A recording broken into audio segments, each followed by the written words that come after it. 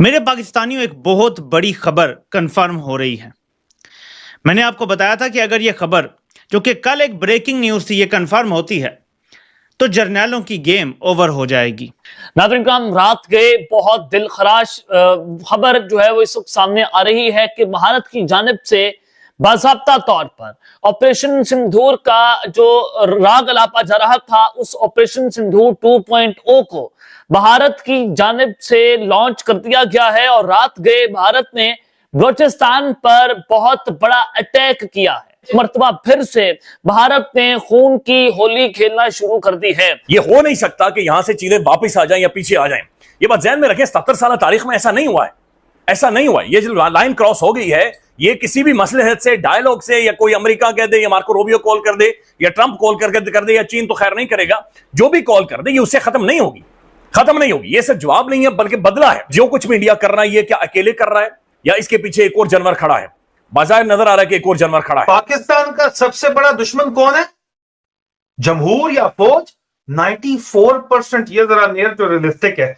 94% लोग कहते हैं फौज आपकी अपनी दुश्मन है। उनको भी पता है कि पाकिस्तान के पास एयर डिफेंस सिरे से है ही नहीं।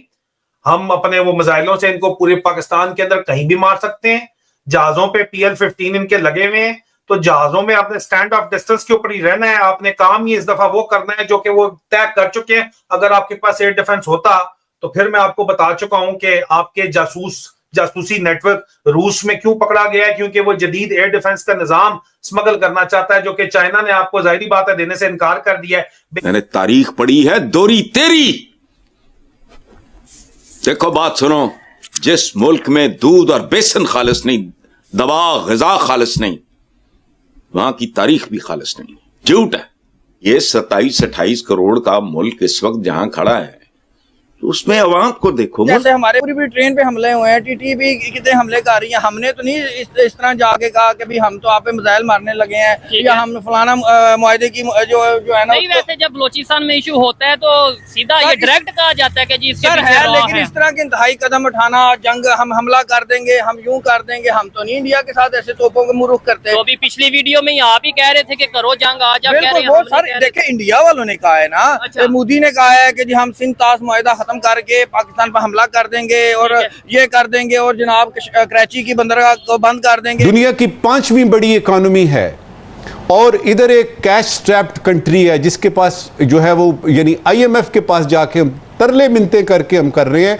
ये उसकी बात हो रही है। जहां तक ये आपने बात की है ना कि क्या हमें अभी सुकून कर लेना चाहिए 18 तारीख तक, ये वो, मैं अपने वॉर गेमिंग रूम में बत्तियां बंद नहीं करूंगा।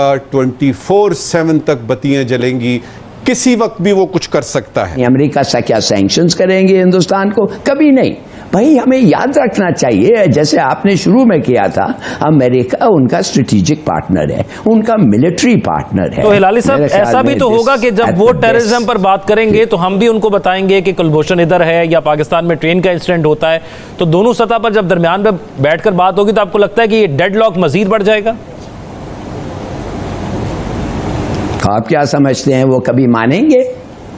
वो टेररिज्म के बारे में, वो यादाव के बारे में क्या कहेंगे? वो कहेंगे यार हर मुल्क के पास एक स्पाई डिवीजन होता है, चलो वो स्पाई हो गया, तुमने पकड़ लिया, क्या बड़ी बात। और दूसरी बातें ये सब झूठ है, हमें कुछ नहीं है। ये तो BLA उनका है। भाई सबूत लाओ BLA के बारे में, पकड़ के तो ले आओ। मैं तो कहता हूँ यूनाइटेड नेशन सिक्योरिटी काउंसिल को ले जाना था ये BLA का जो चक्कर है। इसलिए it is a threat to world peace, और चार्टर में लिखा हुआ है anything that is a threat to world peace हमारे सामने ला सकते हैं। तो एक तो वो हम ले जाएंगे, फिर वो EU फाइल्स हैं वो भी लग सकते हैं, कर सकते हैं ये सब चीजें। मगर हिंदुस्तान क्या कोलैबोरेट और कोऑपरेट करेगा? It is a terror state. वो तो स्टेट स्पॉन्सर्ड टेरर दुनिया के सामने आ गया है, जो कनाडा में, अमेरिका में, ऑस्ट्रेलिया में, पाकिस्तान में उन्होंने खुद कहा है कि हमने 20 पाकिस्तानियों को मारे हैं प्राउडली। उसका कुछ हुआ है? कोई वर्ल्ड रिएक्शन खास हुआ?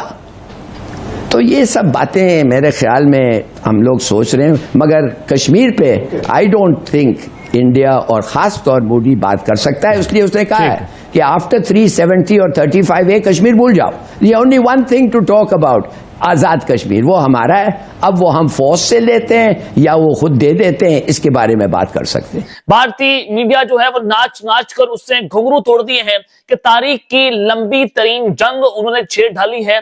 भारतीय मीडिया क्या रिपोर्टिंग कर रहा है इस सारे वाकये के ऊपर, वो तफसीलात भी आपको बताई जाएंगी। और फिर जो दिल्ली का अटैक हुआ है, उस अटैक के हवाले से भारतीय खुफिया एजेंसी रॉ ने बाज़ाब्ता तौर पर अपनी रिपोर्ट जो है वो शाया कर दी है और उन्होंने इसका इल्जाम पाकिस्तान के साथ जोड़ दिया है। जी हाँ जनाब, डेक्कन क्रॉनिकल की जानिब से ये खबर दी गई है कि जो दिल्ली का अटैक हुआ उस पर जाहिर है फैक्ट फाइंडिंग कमेटी, उनकी इंटेलिजेंस एजेंसीज जो है वो इसके ऊपर अपनी जो है वो इन्वेस्टिगेशन कर रही थी।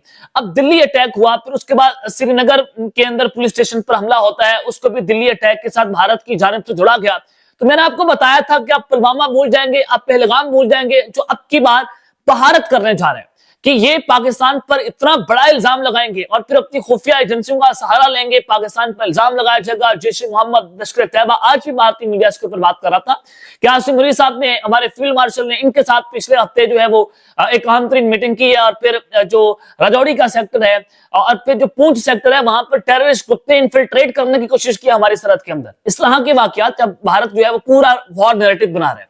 मैंने आपको पहले भी बताया कि जो इलेक्शन नरेंद्र मोदी जीता है इसके बाद तो उसने कंफर्म ये पत्थर पर लकीर है कि भारत ने पाकिस्तान पर हमला करना है, क्योंकि उनको नजर आ गया बिहार इलेक्शन के अंदर कि वो 3/4 से की सीटें जो है वो जीतने में कामयाब हो गए और उसने इस सबको पूरे भारत को, उनकी अपोजिशन जमातों को हिलाकर रख दिया कि तारीख में ऐसा कभी नहीं देखने को मिला जो भारत के अंदर 67% बिहार इलेक्शन में टर्नआउट नजर आया। अब डेक्कन क्रॉनिकल क्या कहता है, ये आपने बड़े गौर से खबर सुननी है। Intelligence finds Dhaka link to blast, यानी कि जो इंटेलिजेंस एजेंसीज है वो कहती हैं कि इस हमले का जो कनेक्शंस हैं वो ढाका के साथ मिल रहे हैं, वो बांग्लादेश के साथ मिल रहे हैं और कल बांग्लादेश। नमस्कार दोस्तों, स्वागत है आप लोग का हिंदुस्तान स्पेशल के एक और नए वीडियो में। दोस्तों ऑपरेशन सिंदूर 2.0 जो है वो एक बार फिर से स्टार्ट हो चुका है और ये दावा खुद पाकिस्तानी मीडिया ही कर रही है। दोस्तों पाकिस्तान का कहना है कि बलूचिस्तान में पाकिस्तानी आर्मी पर भारत ने बड़ा हमला किया है। दोस्तों अभी ये खबर जो है वो इंटरनेशनल मीडिया में तो नहीं आई है, लेकिन क्योंकि पाकिस्तान का दावा है और उसके ऊपर हमला हुआ है तो ये झूठा भी नहीं हो सकता। अब देखने वाली बात होगी, लेकिन क्योंकि हम पाकिस्तानियों के झूठ पर कभी विश्वास नहीं करते, ये हमेशा से ही झूठ बोलते आए हैं, जब तक हमारी गवर्नमेंट और हमारी मीडिया इस पर बात नहीं करता तब तक ये कितनी बात सच है ये तो आने वाला टाइम बता देगा। लेकिन पाकिस्तान में इस बात का खौफ तो ज़रूर ही है कि भारत रोकने वाला नहीं है और भारत कुछ बड़ा कर सकता है और इसीलिए लगातार पाकिस्तान में ऐसी बातें चल रही हैं कि क्या हम जो है वो ऑपरेशन सिंदूर जो है उसको जो है वो हम क्या हमको ऑपरेशन सिंदूर 2.0 की तैयारी कर लेनी चाहिए, क्योंकि भारत तो हमला करने ही वाला है।